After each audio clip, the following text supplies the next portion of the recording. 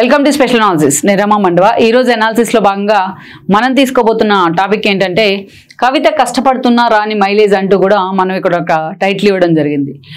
కవిత ఆ స్థాయిలో కష్టపడుతూ ఉన్నారు మొన్నటి నుంచి కూడా. ఎస్పెషల్లీ ఆమె జైలుకి వెళ్ళి వచ్చారు లిక్కర్ మాఫియా వ్యవహారంలో. అక్కడి నుంచి వచ్చిన తర్వాత ఆమె కొన్ని రోజులు కామ్గా ఉన్నారు. ఆ తర్వాత ప్రతి ఇష్యూలో కూడా ఆమె ఇన్వాల్వ్ అయ్యే ప్రయత్నం చేస్తున్నారు. సోలోగా ఆ పార్టీ నుంచి పెర్ఫామ్ చేసే ప్రయత్నం చేస్తున్నారు. అంతేకాదు పూర్తి స్థాయిలో రేవంత్ రెడ్డి సర్కారుకు సంబంధించిన వైఫల్యాలను కూడా మీడియా ముందుకు వచ్చి వాటిని పూర్తి స్థాయిలో ఆ వైఫల్యాలను మీడియా ముందు ఉంచే ప్రయత్నం చేస్తూ ఉన్నారు. అంతేకాదు మళ్ళా జాగృతిని యాక్టివ్ కూడా చేస్తున్నారు. ఇక ఎప్పుడైతే తెలంగాణ తల్లి పేరుతోని ఎప్పుడే కాంగ్రెస్ హడావిడి చేసిందో అంతకు పోటీగా వాళ్ళు మరో తల్లిని చేస్తాను, మొత్తం కాన్స్టిట్యున్సీలు అన్నింటిలో కూడా గతంలో ఉన్న తెలంగాణ తల్లి విగ్రహాలనే ప్రతిష్ఠిస్తాను అంటూ కూడా ఆమె సవాల్ చేయడం కూడా జరిగింది. అలా ఏదో ఒక కార్యక్రమంలో కవిత సీరియస్గా ఇన్వాల్వ్ అవుతూ ఉన్నారు. ఇక గట్టిగా చెప్పాలి అంటే కేసీఆర్ పూర్తిగా ఫామ్ హౌస్కే పరిమితమై ఉన్నారు. అదేవిధంగా చూస్తే హరీష్ రావు అటు అసెంబ్లీలో కూడా పార్టీ వాయిస్గా మారారు. ఇటు కేటీఆర్ లాంటి వాళ్ళు సోషల్ మీడియా వేదికగా పార్టీ వాయిస్గా మారారు. కానీ వేరే కవిత ఫిజికల్గానే కష్టపడుతున్నారు ఫీల్డ్లో. ఆ స్థాయిలో ఆమె మీడియాతో కూడా అసోసియేట్ మెయింటైన్ చేస్తూ ఉన్నారు. ఏదో ఒక కార్యక్రమాన్ని తీసుకుని అటు బీఆర్ఎస్ కంటే కూడా తన ఇండివిజువల్గా ఎప్పుడు కూడా లైమ్ లైట్లో ఉంచే ప్రయత్నం చేస్తూ ఉన్నారు పార్టీని. అలాంటి సిచ్యువేషన్లో కవిత ఆ స్థాయిలో కష్టపడుతున్నా బట్ ఆ స్థాయిలో ఆమె ఆశించిన ఫలితం అయితే ఈరోజు రావట్లేదు. పిఆర్ఎస్ శ్రేణుల నుంచి పక్కన పెడితే వాళ్ళు ఎంతవరకు ఆమెతో పూర్తి స్థాయిలో మళ్ళీ గతంలో లాగే కలివిడిగా వెళ్తున్నారు అనేది మనం పక్కన పెడితే ఆ స్థాయిలో మాత్రం అటు మీడియాలో కానీ ఇటు జనంలో కానీ కవితకి ఈరోజు అప్లాజ్ అయితే లేదు. ఇది చాలా సీరియస్గా నడుస్తున్న చర్చ. ఒక దశలో కవిత లాంటి వాళ్ళు ఇండివిజువల్గా పార్టీ పెడతానికి కూడా సిద్ధమవుతున్నారు అనేది మొన్నటి వరకు కూడా ఆఫ్ ద రికార్డ్ బీఆర్ఎస్లో జరిగిన ప్రచారం. బట్ వేరే చూసుకున్నట్లయితే ఆ స్థాయిలో ఆ భవిష్యత్ ప్రణాళికలు కానీ భవిష్యత్ ప్లాన్స్ కానీ ఎలా ఉన్నా ఆ స్థాయిలో కవిత కష్టపడుతున్నా అంతగా ఆమెకు వర్కౌట్ అయిన సందర్భాలు అయితే చాలా తక్కువనే చెప్పాలి. అందుకు కారణాలు అయితే అనేకం ఉన్నాయి. ఆ కారణాల గురించి కూడా మనం చర్చిద్దాం. నిజంగానే ఒక మహిళ అయ్యుండి బీజేపీలో ఎస్పెషల్లీ బీఆర్ఎస్లో మహిళల సంఖ్య చాలా తక్కువ. బేసిక్గా ఆ పార్టీ స్ట్రక్చర్లోనే మహిళల సంఖ్య చాలా తక్కువగా ఉండేది. మనం యునేమ్ ఇట్ ఎనీవన్, మనం ఒక తులా ఉమా లాంటి వాళ్ళు లేకపోతే పద్మా దేవేందర్ లాంటి వాళ్ళు చాలా తక్కువ మంది ఉండేవాళ్ళు ఆ పార్టీకి సంబంధించి. ఆ తర్వాత కేసీఆర్ తను ముఖ్యమంత్రి అయిన తర్వాత ఇతర పార్టీల నుంచి ఒక సత్యవతి రాథోడ్ దగ్గర నుంచి అనేక మంది నేతలను సబితా దాకా అనేక మంది నేతలను తీసుకొని ఆయన పార్టీలో ఏదో ఒక పదవులు ఇస్తాను అట్లా ఉంచుకున్నారు. కానీ బట్ పార్టీ నుంచి పార్టీ మూలాల నుంచి తయారైన మహిళా నేతలు అయితే మాత్రం నిజంగానే బీఆర్ఎస్లో తక్కువనే చెప్పుకోవాలి.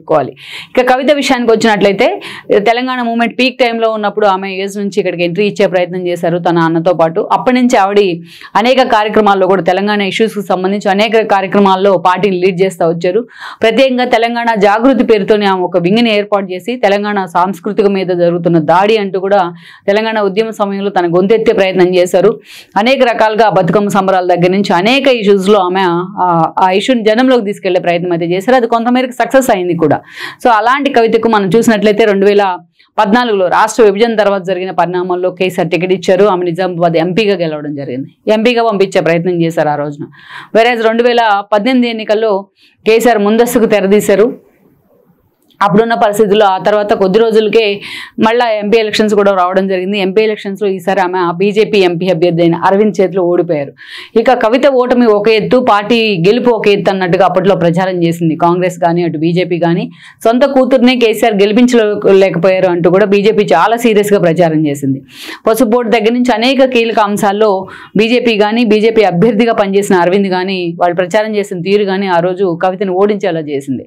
ఇక ఆ తర్వాత చూస్తే కవిత ఓటమి తర్వాత నిజంగానే కేసీఆర్ డైలమాలో పడ్డారు. చాలా రోజుల పాటు ఆవిడ సైలెంట్గా ఉండిపోయారు.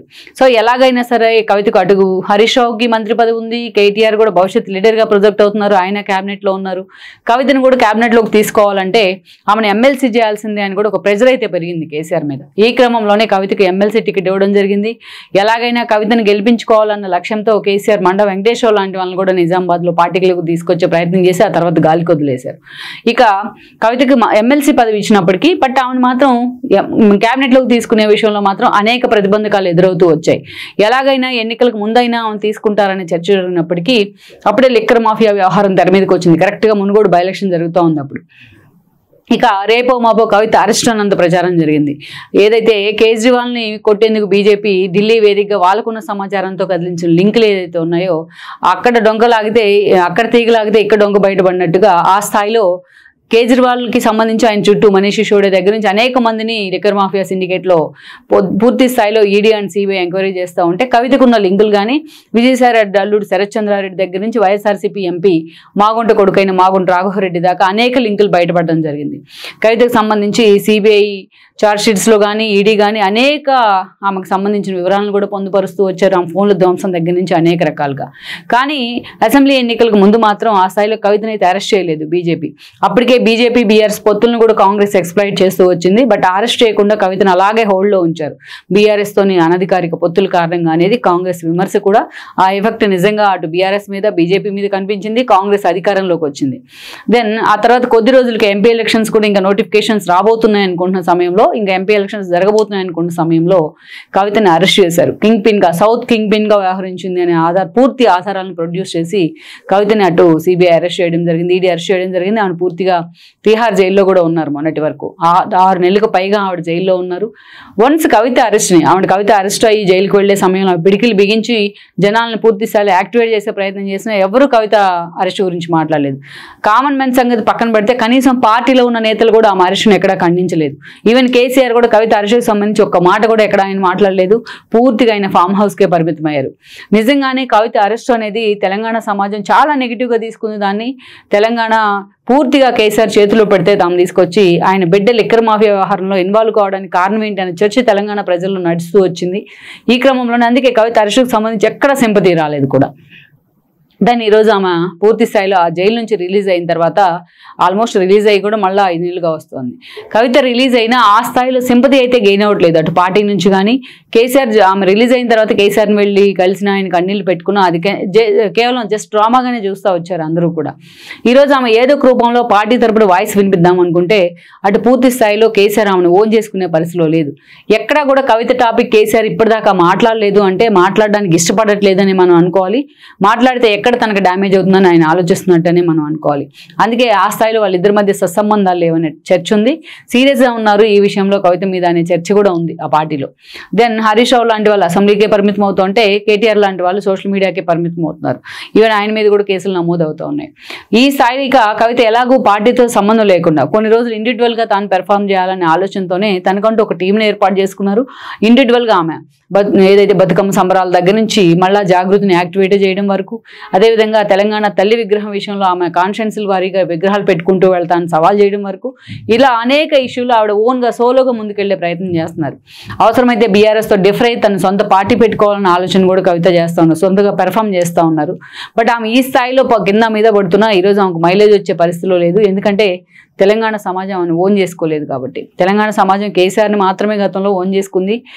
తండ్రిని అడ్డం పెట్టుకుని ఆ స్థాయిలో లిక్కర్ మాఫియా వ్యవహారం నడిపించినా అది కేసీఆర్కి తెలిసే జరిగిందని తెలంగాణ సమాజం భావిస్తోంది. ఆ స్థాయిలో ఒక ముఖ్యమంత్రి 10 ఏళ్ళు ముఖ్యమంత్రిగా ఉన్న కేసీఆర్ కూతురు అయి ఉండి చీప్గా లిక్కర్ మాఫియా వ్యవహారంలో అంత సీరియస్గా ఆమె ఇన్వాల్వ్ కావడాన్ని తెలంగాణ సమాజం హర్షించలేకపోతోంది. అందుకే ఎంత ఓన్ చేసుకుంటుందో తెలంగాణ సమాజం తమకు అవసరం లేదు అనుకుంటే అంతగా పక్కన పెడుతుంది అనేది కవిత లాంటి వాళ్ళే ప్రత్యక్ష ఉదాహరణ. అందుకే ఈరోజు కవిత కింద మీద పడి పోరాటం చేస్తున్నా ఆమెకు మైలేజ్ వచ్చే పరిస్థితి అయితే లేదు. మరి ఇండివిజువల్గా వెళ్తుందా, పార్టీతో సేల్ అయ్యి ఆమెకు ముందు కార్యక్రమాలు చేస్తుందా? జనం ఎప్పటికీ కవిత విషయాన్ని పూర్తి స్థాయిలో గుర్తుంచుకునే ప్రయత్నం చేస్తారా ఆమె అరెస్ట్ అంశాన్ని, లిక్కర్ మాఫియా వ్యవహారాన్ని? లేకుంటే కవిత మళ్ళీ తిరిగి రీవ్యాంప్ అయ్యే ప్రయత్నం చేస్తుందా తెలంగాణ రాజకీయాల్లో అన్నది మనం చూడాల్సి ఉంది. ఈ వీడియో మీకు నచ్చినట్లయితే please share, like and subscribe.